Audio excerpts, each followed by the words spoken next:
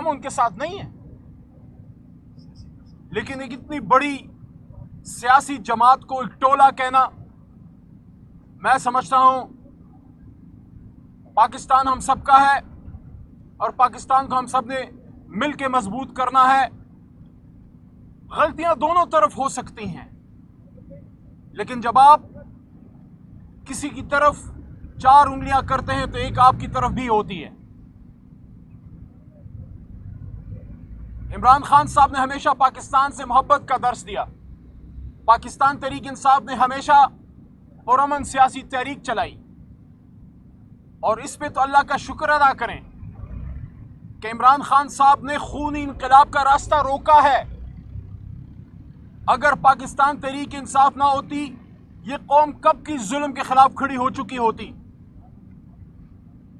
ایک پرامن سیاسی انقلاب، ایک پرامن سیاسی انقلاب، ایک پرامن سیاسی جدوجہد، پاکستان سے محبت کا درس، حرمت رسول صلی اللہ علیہ وآلہ وسلم کا درس، امت مسلمہ کے اتفاق و اتحاد کا درس، اور بطور وزیر اعظم ہر جگہ یہ کہنا کہ آپ ویسٹ کو نہیں، آپ مکہ مکرمہ مدینہ منورہ کو فالو کرو۔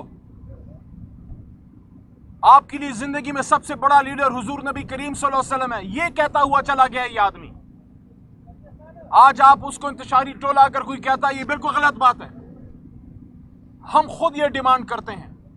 جب 9 مئی ہوا، عمران خان صاحب نے خود یہ ڈیمانڈ کیا، میں نے بھی یہ ڈیمانڈ کیا، ہماری جماعت کی کور کمیٹی نے بھی یہ ڈیمانڈ کیا، پوری تحریک انصاف نے یہ مطالبہ رکھا کہ 9 مئی کا احتساب کریں، اس کا جوڈیشل انکوائری کمیشن بنائیں۔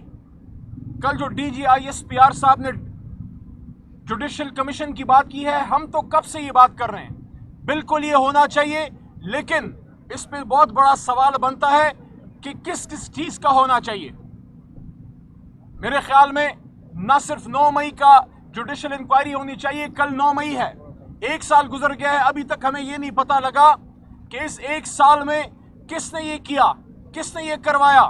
عمران خان صاحب تو پرامن آدمی ہیں، جس دن عمران خان صاحب کی گرفتاری ہوئی، اس کے بعد جو کچھ ہوا، پوری قوم سوال کرتی ہے کہ ایک پرامن سیاسی جماعت پہ دہشت گردی کا ٹیگ کیوں لگایا گیا۔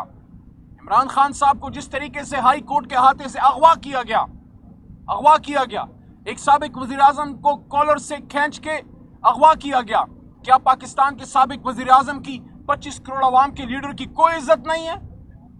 ایک تو لیاقت باغ میں شہید ہو گیا، دوسرا پھانسی چڑھا دیا گیا، تیسرے کو پنڈی میں شہید کروا دیا گیا، ملک دشمنوں نے کیا یہ سارا، اور چوتھا وزیر اعظم گولیاں کھائے اڈیالہ بیٹھا ہے۔ اس لیے ہم یہ کہتے ہیں کہ الزام در الزام سے مسائل کا حل نہیں ہوگا۔ مسائل کا حل چاہتے ہیں تو ٹیبل پہ بیٹھ کے گفتگو ہونی چاہیے کہ یہ کیا ہوا، یہ کیوں ہوا، یہ کس نے کیا، اور اگر اس ملک میں کسی چیز کی انویسٹیگیشن ہونی ہے تو سب سے امپورٹنٹ چیز وہ یہ ہے کہ 8 فروری کے الیکشن پہ ڈاکہ کس نے ڈالا، کیوں ڈالا گیا، اس کی انویسٹیگیشن ہو، اور اس سے بھی زیادہ اہم، ایک منتخب حکومت کو رات کے 12 بجے جب بھیجا گیا تو ایک بین الاقوامی طاقت کی ایما کیا اس میں نہیں تھی؟ کیا اس میں بلیٹنٹ انٹرفیرنس نہیں تھی؟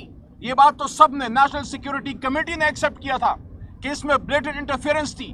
اس کی انویسٹیگیشن نہیں ہونی چاہیے کہ پاکستان کے اندر کون سے وہ لوگ تھے جو اس مداخلت میں جنہوں نے اپنا کندھا دیا۔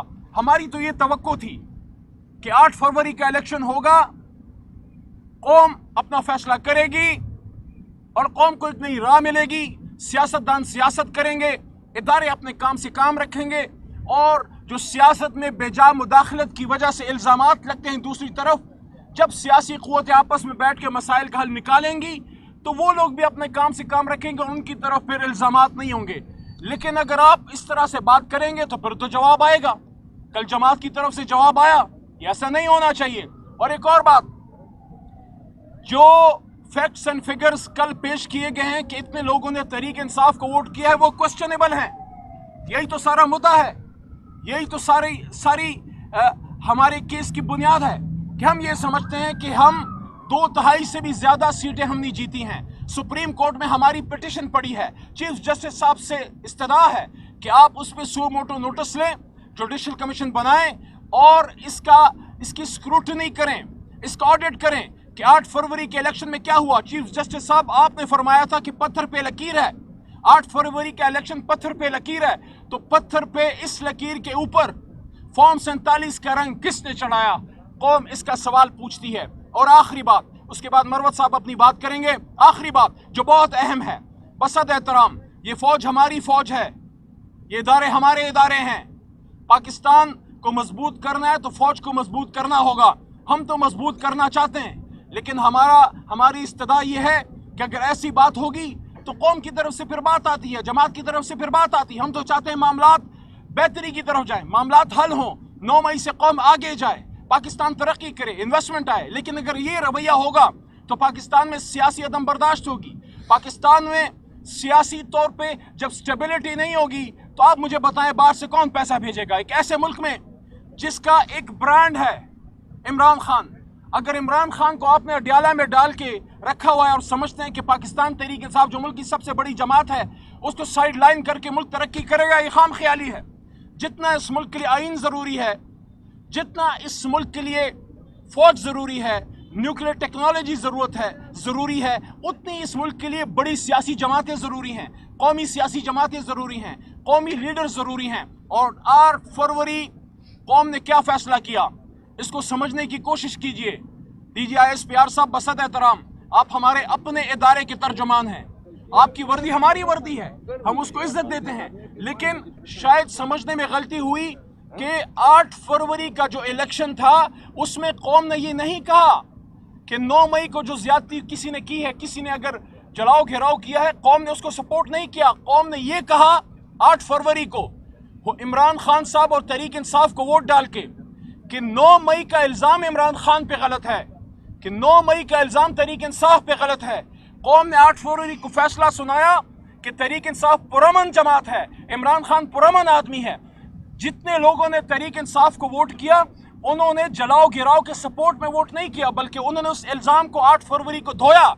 इसलिए हम कहते हैं कि 8 फरवरी को वो इल्ज़ाम पाकिस्तान की अवाम ने धो दिया कि इमरान खान साहब पुरअमन आदमी हैं। हमारा मैसेज आज भी मोहब्बत का है, हमारा मैसेज आज भी सियासत का है, हमारा मैसेज आज भी यह है कि आओ इस मुल्क को मिलके मजबूत करें, मसाइल का हल निकालें। लेकिन मसाइल के हल के लिए 2 काम करने पड़ेंगे। इमरान खान साहब को इस कैद से, अडियाला से, जिसको गोंटानामो बे बना दिया गया है, कि आज उनके वकला को, मुझे, मरवत साहब को, यहाँ आसिम साहब को, यहाँ हमारे बहुत से और दोस्त मौजूद हैं, किसी को नहीं मिलने दिया गया। तो इमरान खान साहब और असीरान को रिहाई दें, ये गलत केसेस 9 मई के ख़त्म हो। ख़वातीन जेलों में बैठी हैं, वो बच्चियाँ हैं, इस कौम की बेटियाँ हैं। सनम जावेद छोटी बच्ची है, इस कौम की बेटी है। आलिया हमजा फार्मा MNA है, वो पार्लियामेंट्री सेक्रेटरी रही है, उसकी रिहाई होनी चाहिए, ये बच्चियों की रिहाई होनी चाहिए। 85 साल doctor Yasmeen Rashid cancer survivor है, उसकी रिहाई हो और मैंडेट की वापसी हो। फिर आओ बैठ के बात करते हैं और इस मुल्क को मिल के मजबूत करते हैं। इंशाल्लाह पाकिस्तान मजबूत होगा, लेकिन सच के साथ मजबूत होगा। जुडिशल कमीशन बनाना है, बिल्कुल बनाइए, लेकिन उसमें यह नुक्ता होना चाहिए कि 8 फरवरी के इलेक्शन में किसने इलेक्शन पे डाका डाला है। बाकी हम सब एक हैं, हमारा दुश्मन इस तरफ नहीं उस तरफ है, बॉर्डर पार से वो हमारी तरफ देख रहा है कि हम मिल के पाकिस्तान को मजबूत करते हैं या एक दूसरे के गिरबान में हाथ डाले रखते हैं। बहुत शुक्रिया। एक सवाल लीजिएगा जी जी जी जी सवाल लीजिएगा कि PAC चेयरमैन का मामला अभी तक लटका हुआ है और PTI के जो रहनुमा है वो कह रहे हैं कि शेख वकास अकरम का नाम फाइनल हुआ है, मरवत साहब का नाम ड्रॉप हो गया है, आपका नाम भी ज़ाहिर है उसमें शामिल था। ये बताइएगा कि क्या ये खबर दुरुस्त है, शेख वकास अकरम का नाम फाइनल हो चुका है? मरवत साहब को 2 दिन से मिलने भी नहीं दिया जा रहा। मैं अर्ज करता हूँ, देखें मेरा नाम उसमें नहीं था। मरवत साहब पार्टी के कारकुन हैं, इमरान खान साहब के सिपाही हैं। खान साहब जो फैसला करेंगे, मैं शेर अफजल मरवत वकास अकरम कोई कमेटियों के लिए नहीं है, हम नजरिए के लिए इमरान खान साहब के साथ हैं। खान साहब चाहेंगे तो मरवत साहब ड्यूटी करेंगे, खान साहब जिसका नाम देंगे पार्टी उस पर अमल करेगी। मरवत साहब मैं नहीं समझता किसी कमेटी के लिए PTI में है, वो इमरान खान साहब के साथ एक नजरिए के तहत PTI में।